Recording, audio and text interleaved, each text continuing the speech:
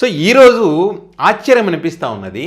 జగన్మోహన్ రెడ్డి గారికి సంబంధించి home minister Vangalapudi Anitha గారు తన స్థాయి మరిచిపోయి ఆ స్థాయిలో మాట్లాడాల్సినటువంటి మాటలు కాదు, పెట్టాల్సినటువంటి పోస్టులు కాదు. అలాంటి పోస్టు జగన్మోహన్ రెడ్డి గారి పైన బెంగళూరు అంకుల్ అని చెప్పి గణతంత్ర దినోత్సవం రోజున ఎక్కడున్నాడు అంకుల్ అని చెప్పి ఒక పోస్టు పెడితే ఈ పోస్టుకు సంబంధించి వైసీపీ పార్టీ అఫీషియల్గా స్పందించలేదు. కానీ జగన్ గారి అభిమానులు, కామన్ పీపుల్, అదేవిధంగా ఏ మాటకు ఆ మాట చెప్పుకోవాలి టీడీపీ పార్టీలోని కొంతమంది ఈ పోస్టుకు సంబంధించి మామూలుగా కాదు, అసలు ఏ రేంజ్లో వాళ్ళ రియాక్షన్ ఉందంటే ఆ రియాక్షన్ దెబ్బకి మేడం తను పెట్టినటువంటి పోస్ట్ డిలీట్ చేసే పరిస్థితికి వచ్చింది. అంటే వాళ్ళ యొక్క రియాక్షన్ ఏ రేంజ్లో ఉందో అర్థం చేసుకోవచ్చు. ఇక్కడ ఒకసారి అది చూపిస్తా.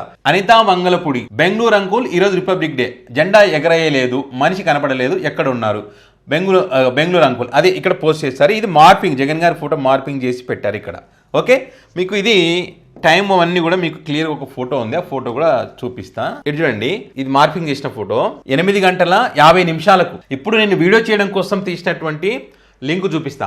ఆల్రెడీ మీకు నేను వీడియో చేసింది చూపించాను, అండ్ అదేవిధంగా ఆ స్క్రీన్ షాట్ కూడా చూపించా, నా వీడియోలో నుంచి తీసుకున్నది. అది నేను ఆల్రెడీ ఒక లింక్ పెట్టుకున్నాను నా వాట్సాప్కి. ఈ చూస్తారు కదా, ఇక్కడ అనితా వంగలపూడి టీడీపీ ఉంది కదా, ఇక్కడ నేను లింక్ ఓపెన్ చేస్తున్నా. This page does not exist, delete చేశారు. ఈ పోస్ట్ తర్వాత ఉండాలి, అది లేదు. ఇది ప్రూఫ్, ఆమె డిలీట్ చేశారు. ఎస్, తప్పు చేశాను అని చెప్పి ఆమె ఒప్పుకున్నారనడానికి ఇంతకన్నా ఎగ్జాంపుల్ ఏం కావాలి? తొందరపడము, పోస్టులు పెట్టడము.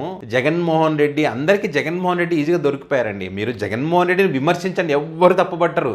ఎక్కడ విమర్శించాలి? ప్రజా వ్యతిరేక విధానాలు కానీ ప్రజలకు ఇబ్బంది కలుగుతున్నప్పుడు కానీ ఖచ్చితంగా దాని గురించి మీరు ప్రశ్నించవచ్చు. మేము కూడా మీ మాటలతో ఏకీభవిస్తాం. కానీ మీరు పెట్టిన పోస్టు అది కరెక్ట్ కాదు.